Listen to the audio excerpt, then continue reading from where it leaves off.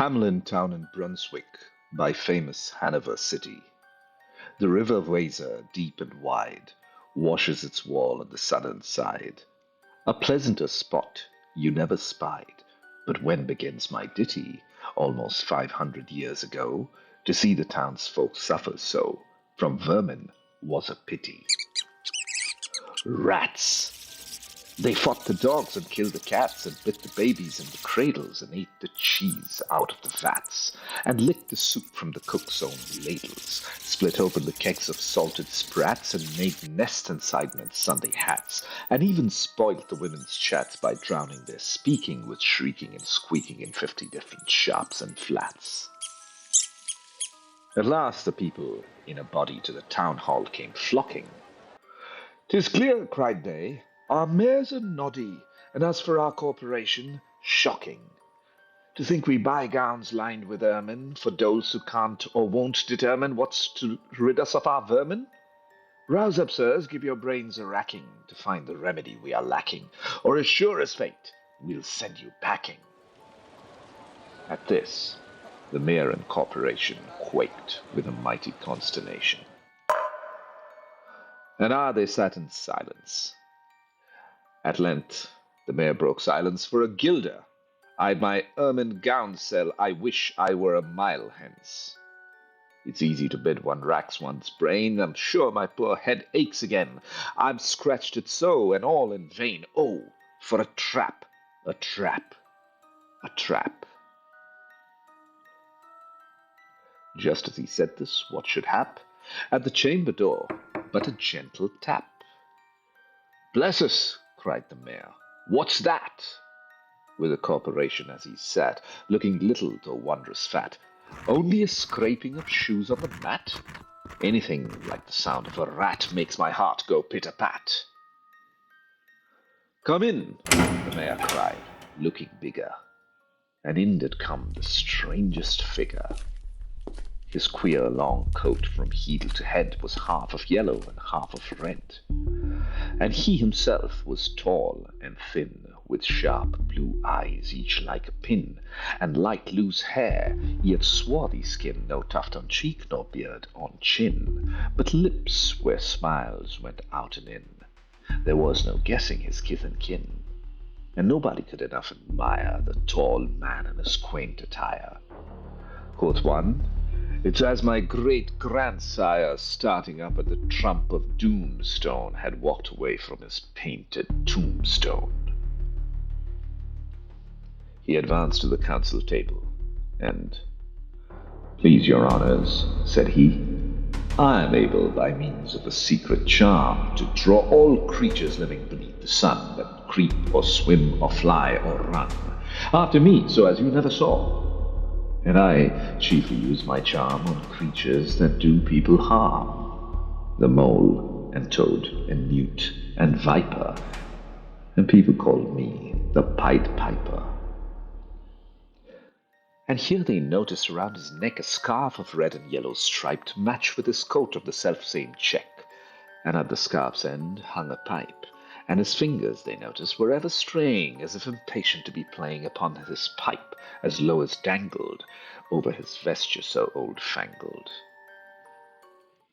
"Yet," said he, "poor piper as I am, in Tartary I freed the Cam last June from his huge swarm of gnats. I eased in Asia the Nizam of a monstrous brood of vampire bats. And as for what your brain bewilders, if I can get your town rid of rats, will you give me 1,000 guilders?" "One! 50,000!" was the exclamation of the astonished mayor and corporation. Into the street the piper stepped, smiling first a little smile, as if he knew what magic slept in his quiet pipe the while. Then, like a musical adept, to blow the pipe, his lips he wrinkled, and green and blue his sharp eyes twinkled, like a candle flame where salt is sprinkled. And ere 3 shrill notes the pipe uttered, you heard as if an army muttered, and the muttering grew to a grumbling, and the grumbling grew to a mighty rumbling, and out of the houses the rats came tumbling. Great rats, small rats, lean rats, brawny rats, brown rats, black rats, grey rats, tawny rats, grave old plodders, gay young friskers, fathers, mothers, uncles, cousins, cocking tails and pricking whiskers. Families by the tens and dozens, brothers, sisters, husbands, wives, all followed the piper for their lives.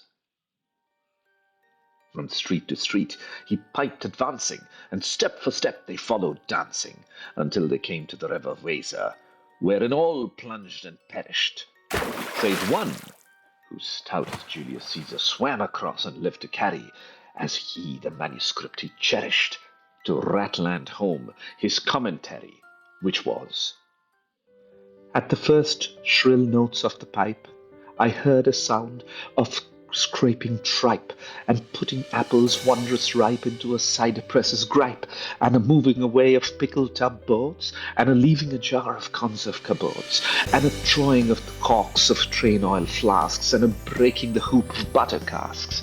And it seemed as if a voice, sweeter than my harp or my psaltery is breathed, called out, O rats, rejoice! The world is grown to one vast dry psaltery. So munch on, crunch on, take your lunch on, breakfast, supper, dinner, luncheon, and just as one bulky sugar puncheon, ready staved like a great sun shone, glorious scarce an inch before me, just as we thought it said, come, bore me, I found the Weser rolling o'er me. You should have heard the hamlet people, ringing the bells till they'd rocked the steeple. Go, cried the mayor, get long poles, poke out the nests and block up the holes, consult with carpenters and builders, and leave in our town not even a trace of the rats, when suddenly up the face of the piper perked up in the marketplace with a, First, if you please, my 1,000 guilders. 1,000 guilders? The mayor looked blue, and so did the corporation too, for council dinners made rare havoc with claret, moselle, vin de rêve, hock, and half the money would replenish their cellar's biggest butt with Rhenish. To pay this sum to a wandering fellow with a gypsy coat of red and yellow? Beside, quoth the mayor with a knowing wink, our business was done at the river's brink. We saw with our eyes the vermin sink, and what's come dead can't come to life, I think. So, friend, we are not the folks to shrink from the duty of giving you something to drink, and a matter of money to put in your poke. But as for the guilders, of what we spoke, of them, as you very well know, was a joke. Besides, our losses have made us thrifty. 1,000 guilders. Come, take 50. The piper's face fell, and he cried, No trifling. I can't wait, sighed.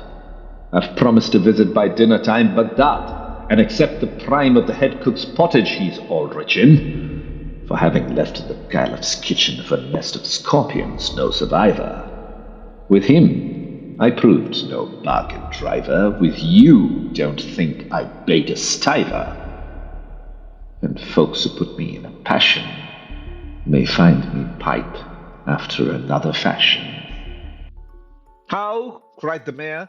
Do you think I'll brook being worse treated than a cook? Insulted by a lazy ribald with idle pipe and vesture piebald? You threaten us, fellow. Do your worst. Blow your pipe there till you burst. Once more he stepped into the street, and to his lips again laid his long pipe of smooth straight cane, and ere he blew 3 notes, such sweet soft notes as yet musician's cunning never gave the enraptured air, there was a rustling that seemed like a bustling of merry crowds justling and pitching and hustling, small feet pattering, wooden shoes clattering, little hands clapping and little tongues chattering, and like fowls in a farmyard where barley is scattering, out came the children. all the little boys and girls with rosy cheeks and flaxen curls, and sparkling eyes and teeth like pearls, dripping and skipping, ran merrily after the wonderful music with shouting and laughter. The mayor was dumb. The council stood as if they were changed into blocks of wood, unable to move a step or cry to the children merrily skipping by, could only follow with the eye that joyous crowd at the piper's back. But how the mayor was on the rack, and the wretched council's bosoms beat, as the piper turned from the high street to where the Weser rolled its waters right in the way of their sons and daughters. However, he turned from south to west, and to Koppelberg Hill his steps addressed. And after him the children pressed. Great was the joy in every breast. He can never cross that mighty top. He's forced to let the piping drop, and we shall see our children stop. When lo, as they reached the mountain's side, a wondrous portal opened wide, as if a cavern was suddenly hollowed, and the piper advanced, and the children followed. And when all were in to the very last, the door in the mountain side shut fast. Did I say all? No, one was lame, and could not dance the whole of the way. And in after years, if you would blame his sadness, he was used to say, "It's dull in our town since my playmates left. I can't forget that I'm bereft of all the pleasant sights they see, which the piper almost promised me.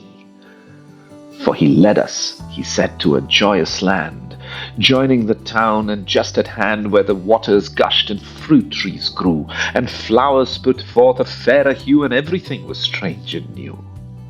The sparrows were brighter than peacocks here, and their dogs outran our fallow deer, and honeybees had lost their stings, and horses were born with eagles' wings. And just as I felt assured my lame foot would be speedily cured, the music stopped, and I stood still, and found myself outside the hill, left alone against my will, to go now limping as before, and never hear of that country more. Alas, alas for Hamlin! There came into many a burgher's pate a text which says that heaven's gate opes to the rich at as easy a rate as the needle's eye takes a camel in.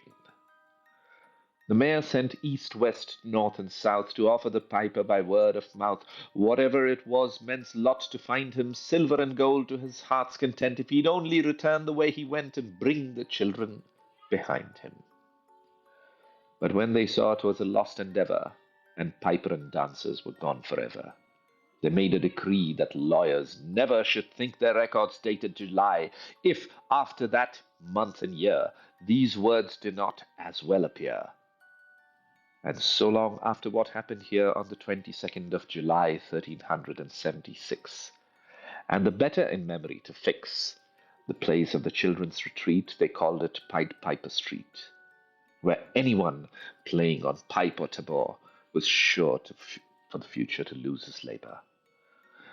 Nor suffered they hostelry or tavern to shock with mirth a street so solemn, but opposite the place of the tavern they wrote the story on a column, and on the great church window painted the same, to make the world acquainted how their children were stolen away, and there it stands to this very day. And I must not omit to say that in Transylvania there's a tribe of alien people who ascribed their outlandish ways and dress, on which their neighbors lay such stress, to their fathers and mothers having risen out of some subterraneous prison, into which they were trepanned a long time ago in a mighty band out of Hamlin town in Brunswick land. But how or why, they don't understand. So, Willie, let you and me be wipers of scores out with all men, especially pipers. And whether they pipe us from rats or from mice, if we have promised them aught, let's keep our promise.